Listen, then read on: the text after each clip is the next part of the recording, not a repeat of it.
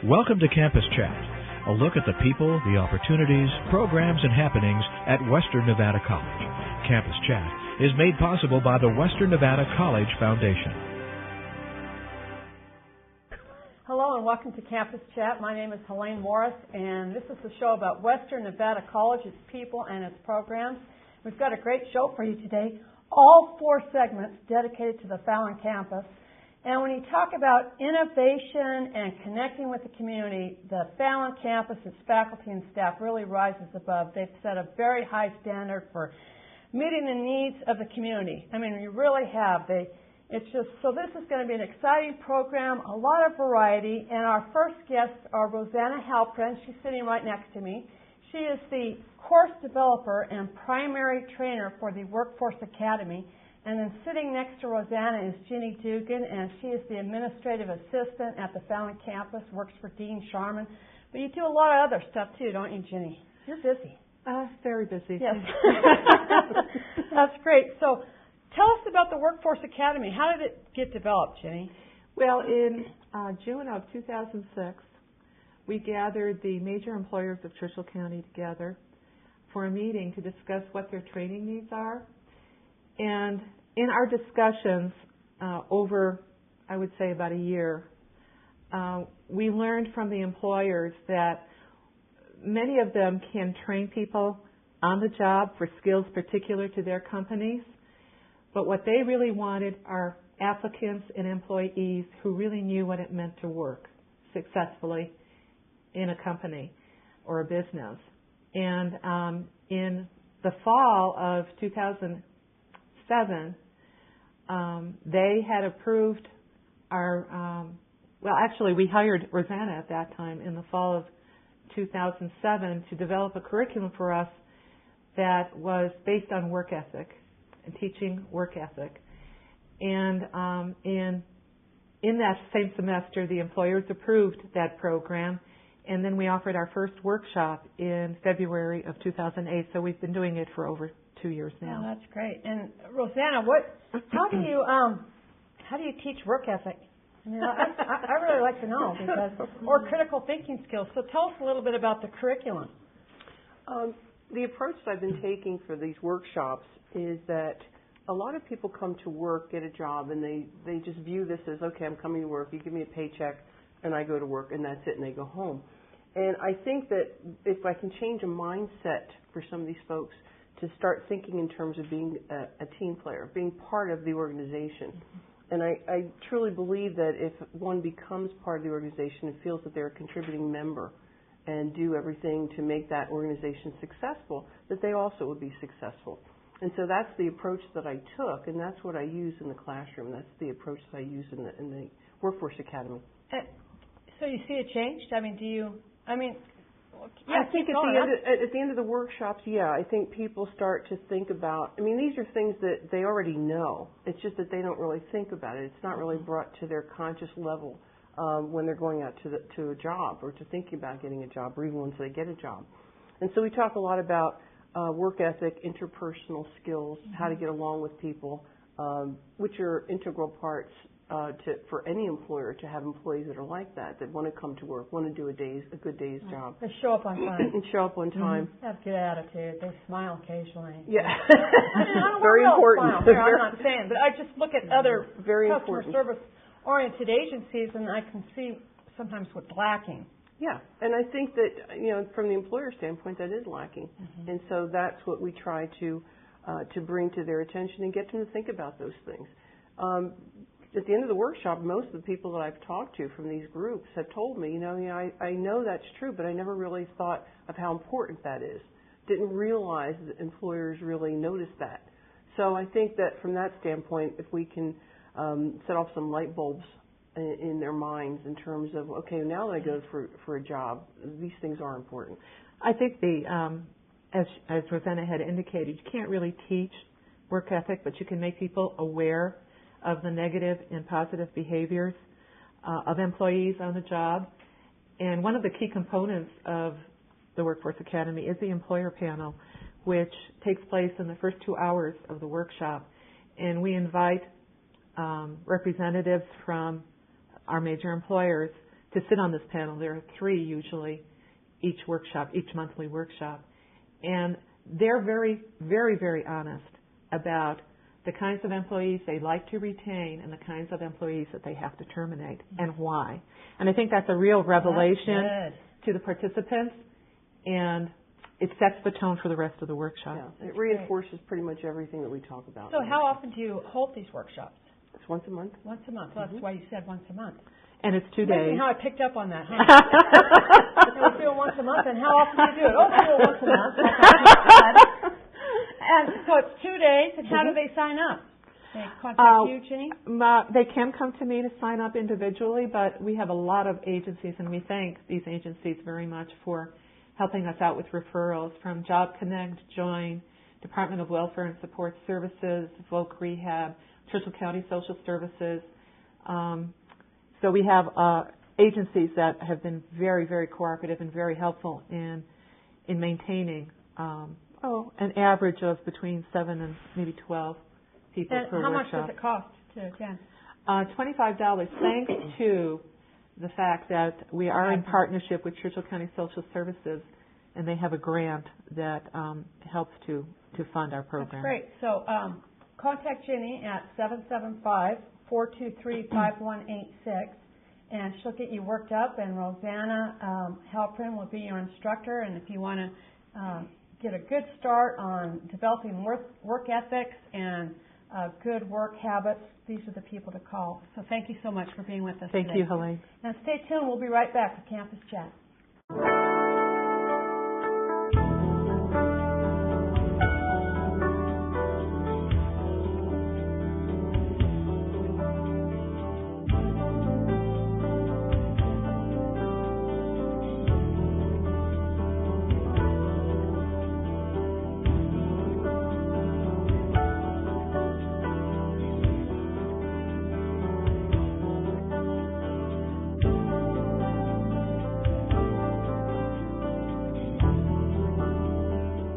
Welcome back to Campus Chat. My name is Helaine Morris, and we're talking about Western Nevada College, but specifically programs on the Fallon campus. They're very innovative out there. I mean, you guys got Buzz, you have to admit. Looking at Buzz, you might not think he is the pinnacle of innovation. No, but you are.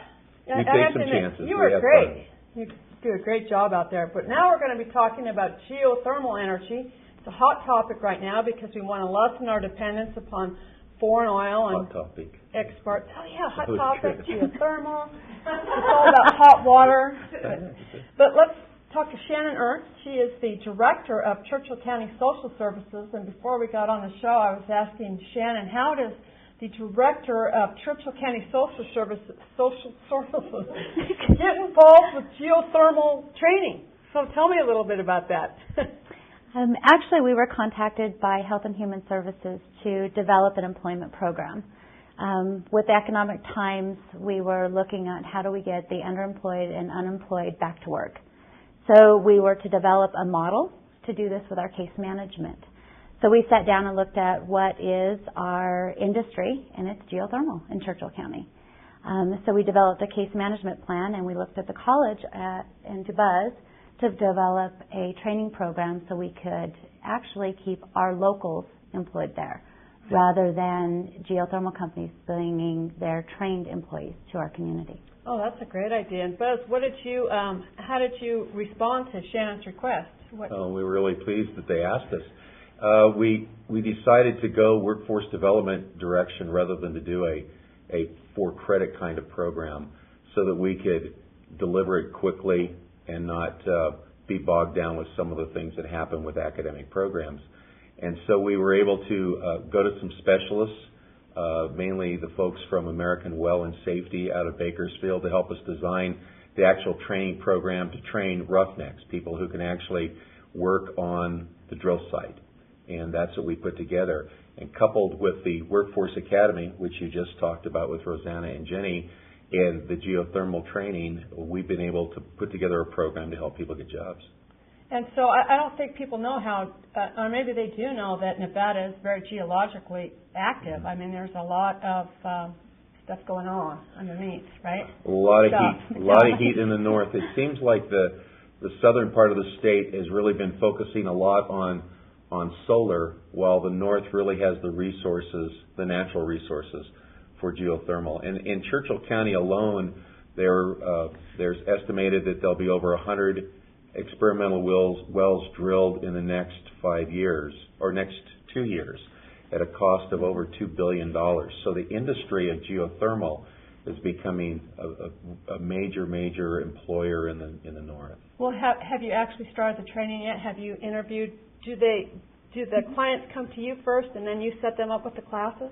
Yes. Actually, they come and apply at our office, and we look at people to make sure that they meet our grant guidelines, and they work with a case manager. One of the things that we do is we also supply supplement needs such as housing, transportation, things of that sort.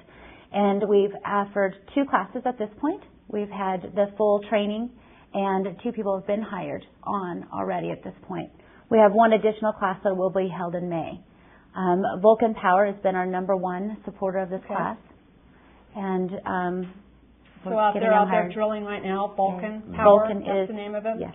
Mm-hmm. Okay, great. And what's the anticipated estimate for numbers of workers needed for Vulcan? I mean, is this going to be a good job opportunity for people? Each drill site hires at least 5 teams to keep going around the clock, and there's probably 5 people on each team. And so with their drilling going on, they expect to be hiring quite a few of these people. And I think Shannon mentioned that about 90% of their employees, as they start their drilling, are all from out of state. And so they're hoping that as we are able to train newcomers into the industry, that they can start taking the entry-level jobs and become members of these drill teams and get working. They expect to be drilling about 10 holes by the middle of July. So a lot of these people that have been trained and that we will train in May, we anticipate they'll be having jobs by this summer. What kind of wage are they getting, Buzz? Do you know? Boy, I don't know. Do you? The starting wage is about $20 per hour. Oh, that's pretty good. Yeah. And so they drill down into the earth to get that hot water, and then what do they do with it?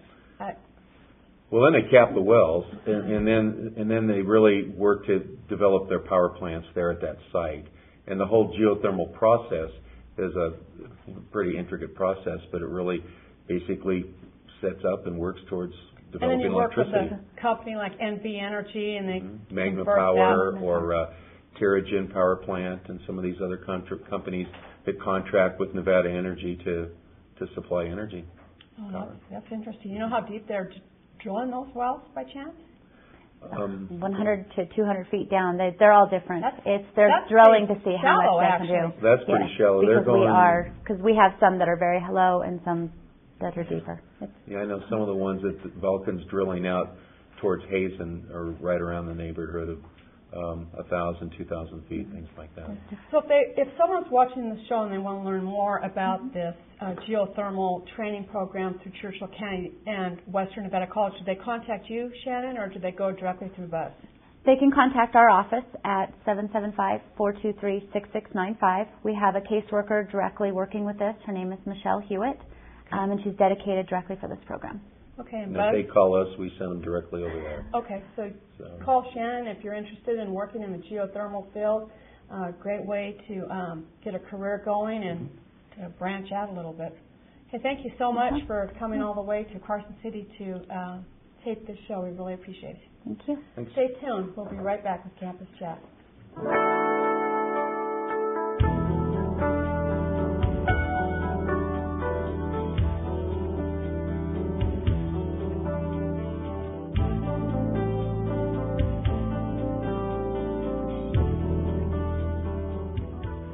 Welcome back to Campus Chat. My name is Helaine Morris. We're talking about the innovative programs at the Fallon campus, and our next guests are Smokie and Arni Ares.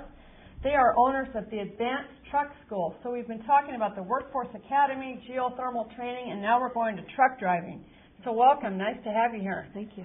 So, I mean, when you think about it, I've actually I had a long-haul truck driver as a friend and actually sat in a big truck, and I really don't know how they do it day in and day out. And I think when we see trucks on the highway, we just assume, oh yeah, that's an easy job, but it's not, is it? It's a tough job. Arnie? It is can be tough, but along with that, it also is a very. The trucks now are designed to be very comfortable to drive. I equate them to like your BMWs now. They're just that innovative inside. So. And you got to feel pretty safe sitting way up there and looking out over the scenery, and some of them are set up very nicely. I mean, just like little RVs almost with sleeping areas. And our trucks in our school are set up very, very nicely, so they're very comfortable. So how did you get involved with Western Nevada College, Smokie? What happened that you guys got involved with us and started offering classes? Arnie wanted to start a school, and we wanted to be a mobile school. And he started making some phone calls, and the phone calls led to phone calls that led us to Ginny and to Bus, and we sat down with them, and they were excited, wanted us, and loved the program, and we became partners with them, and great partners. Yes, yeah. And you offer classes at the Fallon and the Carson campus. Yes. I've seen that Mervin's truck down in the parking lot. Look down outside. I see this Mervin's truck moving back and forth. And I go, I wonder what's going on. And we're also teaching now out in Sutcliffe at the Paiute tribe. Oh, that's great. So how is the program structured? How often is the class offered? We do it every month. Our programs are a month long. We test on the 5th week, but we also start our programs.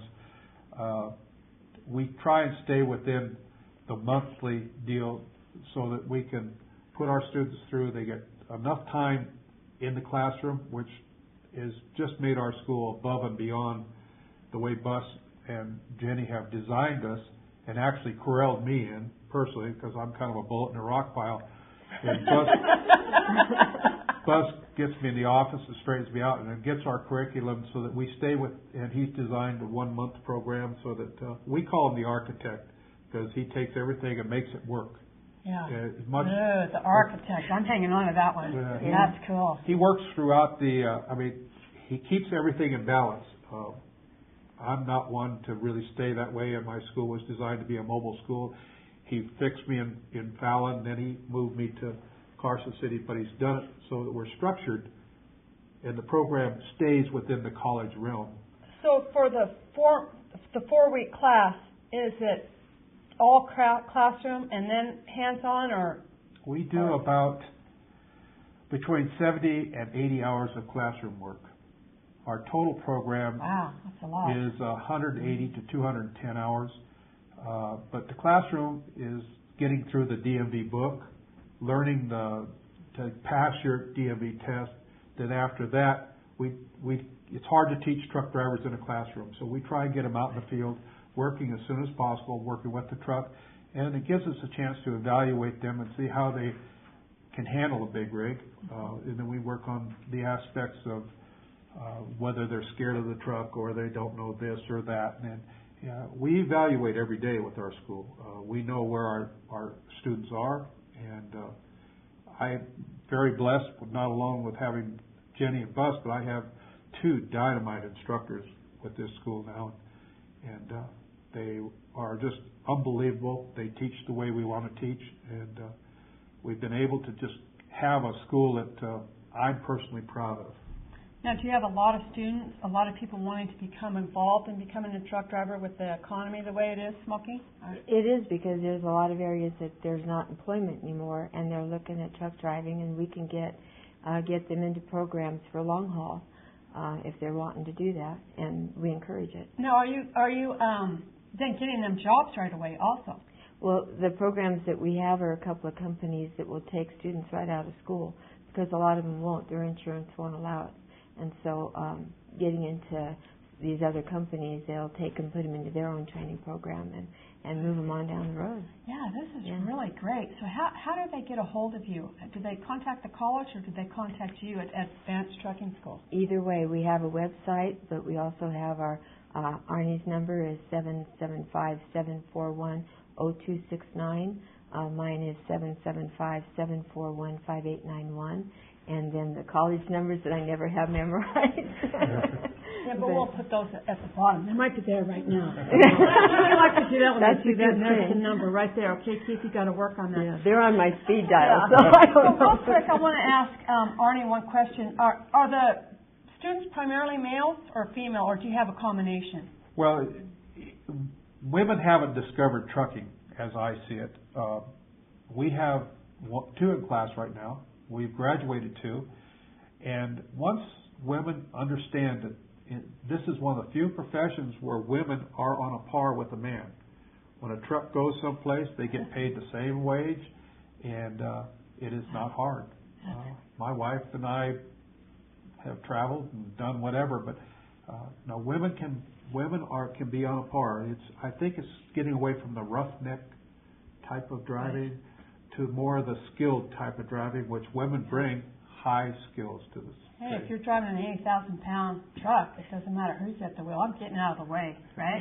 Is that right? Did you drive a truck too? No, not yet. Not yet? Not yet. Oh, I'm working on that. Well, thank you so much for traveling over here and being on the show. It sounds like a great program. And once again, if you're interested in learning more about the truck driving school through Western Nevada College and the Ares is here, please call 775-741-0269.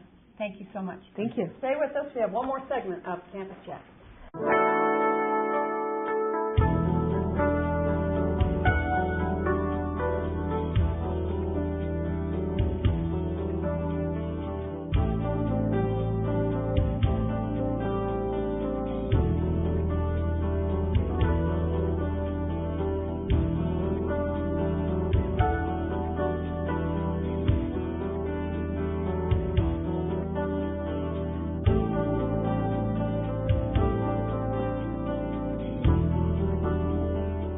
Welcome back once again to the final segment of Campus Chat. My name is Helaine Morris, talking about the programs at Fallon. And with me right now is Ann Louhela. She is the project director for the wildly successful Specialty Crop Institute. She's also the executive director for Nevada Grown. And nice to have you back, Ann. Thank you.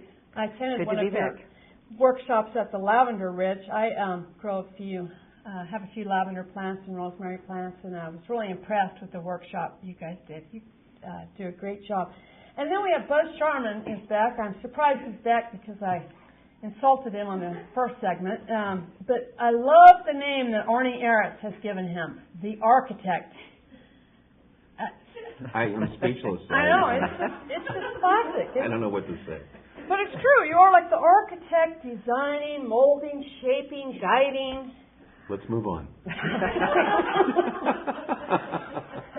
Hey, Buzz is on the committee that hired me, and so I always feel, I need to kind of thank you, Buzz. Thank you. Be on the committee that fires you. Yeah. And they heard it here. Once again, the architect coming right through. But Churchill County, the oasis of Nevada, we all have heard about the Hearts of Gold, huge dairy industry, and you guys started the Specialty Crop Institute a few years ago. Why don't you tell us just a little bit about that and how it started and how long you've been doing this? It started in November 2008. Buzz and Rick Lattin, who's a farmer in Fallon, wanted to put together workshops, hands-on workshops to teach farmers, and they brought me in on it, and we've done 8 workshops since then. And talk about this last one, the Small Farm Conference. That was amazing, wasn't it? 160 people. And so what are you finding out from people when they attend these workshops? You've done 8. What are people talking about and saying to you when they come to these? Give us more. I mean, this has gone a different direction than I think that we really realized. We knew that there would be a market to talk about drip systems and hoop houses, but we've gotten into cut flowers, we've gotten into organic farming, we've gotten into viticulture. We've just gone into areas, and we've really tried to keep the whole idea of the Specialty Crop Institute flexible so that we can meet the needs and do things that people want us to do, go in the direction we need. But you're really attracting a wide group of people. I mean, from restaurant people. Right. Well, it's small farm agriculture. It's small business enterprise, and I think with the recession now too, people are looking more at agriculture. But I think we're giving farmers what they want. We're very hands-on. We're a business approach. So we're bringing in experts to, we're looking at everything from how do you do it to how do you make sure that it's making money. And obviously, exactly. We were hoping we would get 20 to 30 people coming to a workshop, and we're averaging 60 plus. So yeah, I think that your reputation is growing too. Each one you hold, it stimulates further interest, and you get more people signing up. Well, it's getting where our funding has come through grants from the Department of Agriculture, and they are often coming to us and saying, we want you to hold this workshop or do this. And so it has become popular, and we are gaining a reputation. Good one. And how did you get involved? I mean, what's your background? Were you a farmer or? I was a farmer's market manager. Oh, okay. And so I started working with the farmers then, and as Buzz can tell you, farmers are probably like the best people in the world to work with. So, and as I worked with the farmers markets, I realized every year we had fewer farmers, and I was like, gosh, we need more farmers. And then Rick Lattin saying, well, you've got to teach people. The Specialty Crop Institute, for people that don't know what specialty crops are, it's things you see at the farmers markets. It's the lavender, the cut flowers, the lettuce and stuff. And there's a special way of growing things. I mean, we're used to Nevada as a cattle and alfalfa state, and it's large scale. So it's a matter of. So I think that kind of became my mission, is to teach people to farm, so I had more farmers at the farmers market. Well, and it's amazing what you can do on a small plot of land. I mean, out where I live, you have Campy's lavender, and by the array of products that they have at the farmers market, you'd think they'd have a huge area, but they don't. Well, and we're seeing people who are learning how to grow, but they don't know how to market. And so we're teaching them how to market as well, and they're seeing this whole idea of how they can work with farmers markets and the whole networking system of Nevada, which Nevada Grown is famous for, and just how to get into this whole industry. Yeah, that's great. Now you have a hoop house conference coming up? We did one last November. We had a hoop house. Don't you have one coming up, though? And how you can actually, what's the one in Owyhee? Talk about Owyhee? Owyhee is... Owyhee. It's Owyhee, not Hawaii. And it's Owyhee is probably about 400 miles from here. It's northeast Nevada. It's a very remote rural Indian reservation. It's 100 miles from Elko or Boise.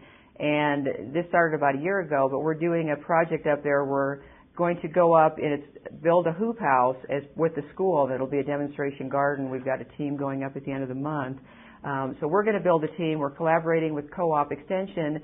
So we're bringing up the team to build it. Co-op Extension will go up there. They'll be following up throughout the year to build it. All the food that's grown there is going to be a lot of it's going to be used in the school lunches. Working with the school principal, we have the building trades class will be building it. The classes will be planting and gardening it, and then we will follow up for about a year. But this is to bring fresh food to Indian reservations and rural Nevada, because we have what are called food deserts. There's no fresh fruit, no fresh food available in these areas.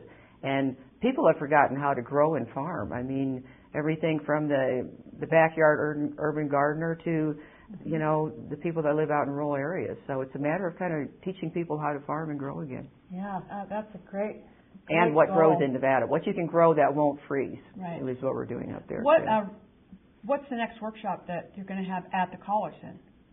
Do you have that? You're looking at me. You're the one running the thing. We're planning one in July. Yes, we're planning one in July. In fact, we're doing a lavender one. We did one, and one of the things we do with this, I think, is why it's successful. We find out what farmers want, and we've had several requests for lavender, like viticulture. We did 3 in that. So we're doing a lavender one in July, and then in September we're doing one on orchard and berry production. And we want to teach people the right kinds of plants, of trees to plant, and the right kinds of berries, so they'll be successful. Well, thank you again for coming out today, Ann and Buzz, and talking about all these great programs at the Fallon campus. And if you want to get a hold of Ann about future specialty crop programs, please call her at 775-351-2551. Thanks, Helaine. Thanks, Buzz. Great job. Thank you. Hope I made up for early. Always. Okay, thank you. And thank you so much for watching this edition of Campus Chat. We'll see you next month. This has been Campus Chat, a monthly program from Western Nevada College. Campus Chat is made possible by the Western Nevada College Foundation.